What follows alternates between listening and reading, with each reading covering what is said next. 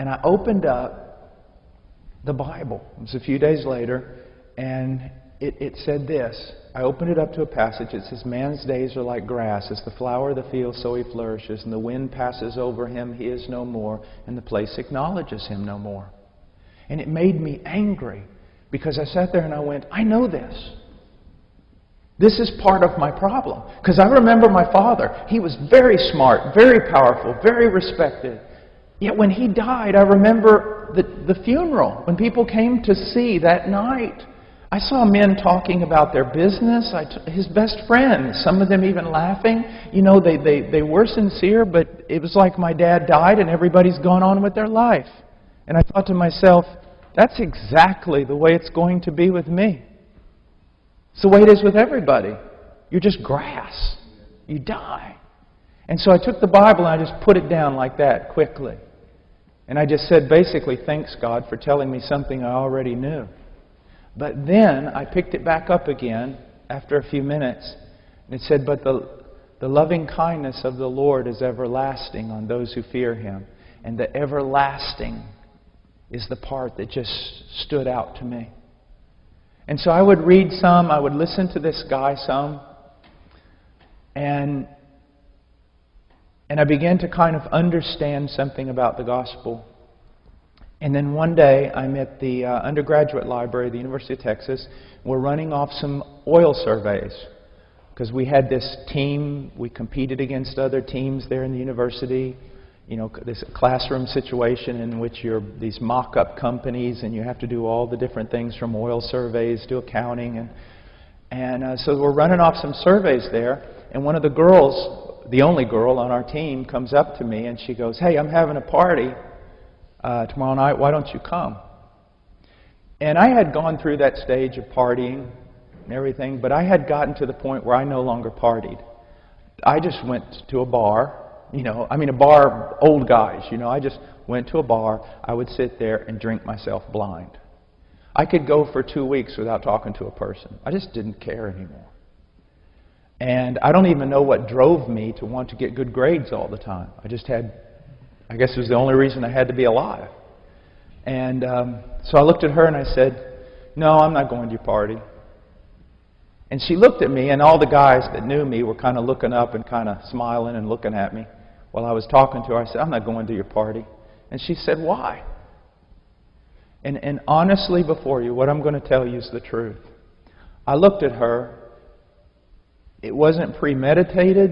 It wasn't anything. I just looked at her, and this is what I said. I said, "I'm not going to your party now because I believe in Jesus Christ, and I'm going to follow Him." When I said that, I saw her face, and I saw my friends, acquaintances there in this company with me. I saw them look at me with the most shocked look on their face. Like, what on earth is this guy? Is he pulling now? And it was like, have you seen those cartoons where this light bulb just goes click? Literally, it went. I can still remember the very moment. It went. It was just. And I looked at her, and she looked at me, and I said, "That's exactly what I'm going to do. I'm going to walk out of this building right now, and I'm going to follow Jesus Christ. I love Jesus Christ, and I'm going to follow Jesus Christ." And I turned away from it. I gathered up my stuff, and I started walking out of that library, and literally, it was like someone was carrying me. All I knew is that I was loved by God, and all my sins were gone. I mean, it's all I knew. And that's why when I'm dealing with souls, you have to be very careful. I'm going to make a little theological statement here now. You have to be very, very careful.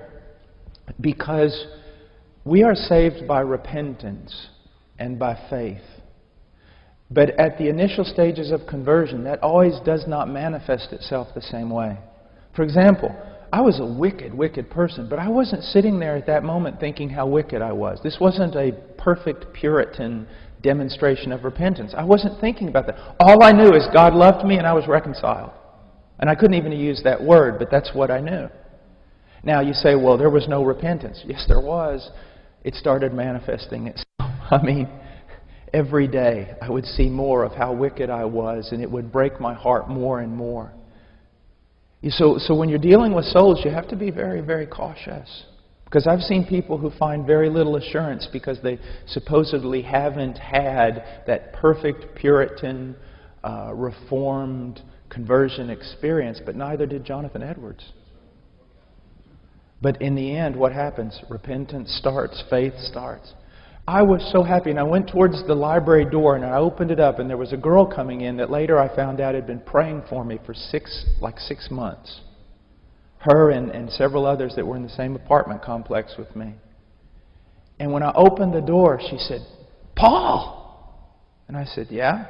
She said, "What happened to you?" I said, "What do you mean, what happened to me?" She goes, "Your face." She goes, you're just, what happened to you?" And I said, "I don't know." And I remember I got scared. I knew I was a different human being. I was a different man.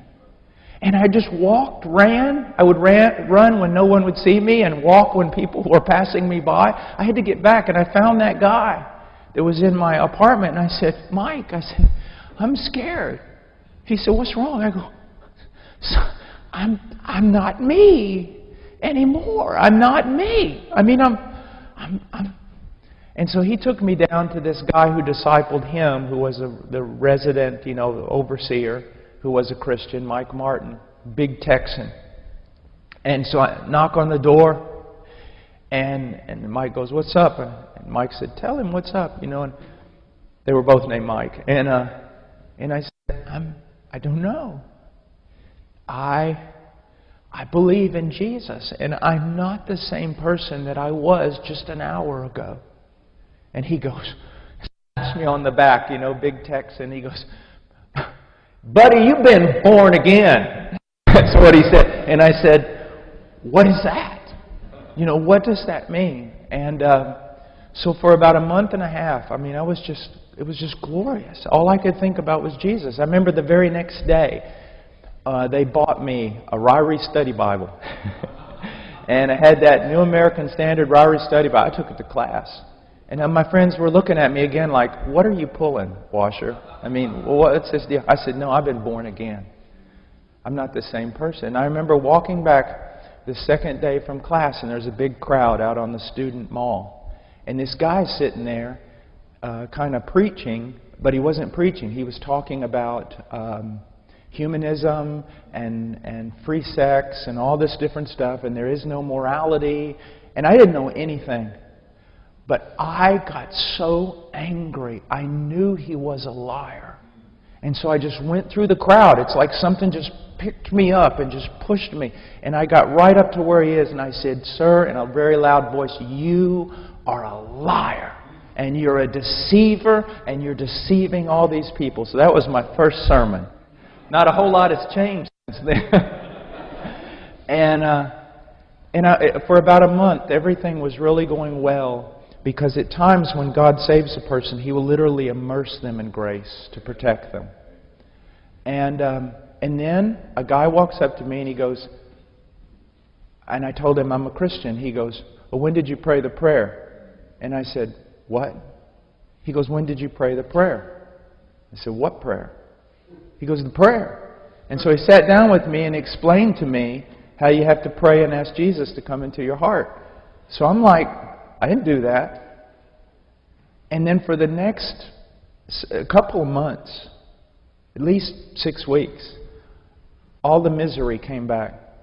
Every day I would go and say, if I didn't pray this correctly, if I didn't pray this right, and prayed it again and again. And then one day I just realized, this is idiotic. I am a new creature. I became a new creature that day in the library. And but here's what happened. When I was converted, I had a foul mouth. A foul mouth. And it stopped. Just like that. The drinking stopped. The other things stopped. What did not stop was lying and exaggerating. You say, well, then you weren't saved because liars don't inherit the kingdom. Well, no, there was a big difference. I could tell a lie that big, and it was like God drove a spear through my heart every time I would do it. And I would have to go back, and it's the most humbling thing in the world, and go to my friend and say, I lied to you, or I exaggerated this. I mean, it was like daggers. It was horrible. It's like someone stuck a knife in your throat and just ripped down through your entire body every time. Again, God takes away certain things from our lives the moment we're converted. He allows other things to stay until He works through them progressively. And it causes us to walk in humility. It causes us not to leap and judge others. We know that this sanctification is a process. Well, I almost knew, this is really going to be kind of hard to understand, but I almost knew the moment that I was converted that I was also going to preach. And the reason why I knew that is because when I was a little boy, 14, 15 years old, 13, 12, I would have dreams at night. And I could always see myself standing in front of a red curtain, a simple red curtain, and a simple wooden pulpit, and I was preaching. And I used to wake up crying and say, God, because I hated the idea of being a preacher. I said, I'll do anything. I'll get saved. I used to say that. If you'll just promise me that I don't have to preach. Because I don't want to do that. And so I kind of knew that this was something. And it was. It's just something that started coming, and I felt like I had to witness to people. I can remember standing out on campus handing out tracts, and, girls would come by. The girls that used to, I guess think I was something. I'd hand them tracts, and they would take them, laugh, and crumple them up in my face and throw them on the ground. My friends would come to me, and they'd pull me aside, and they'd go, what have you done? You joined a cult? What on earth are you doing? You're standing out here in the middle of the campus. People think you're out of your mind. And I remember asking them one time, 3 of them got me, and I said, do you believe that Jesus died? And they said, well, of course we do. Everybody knows that. He did that, yada, yada. I go to church, And I go, He died? They said, yes. I said, then what else can I do? I'm a prisoner now. I don't have any options.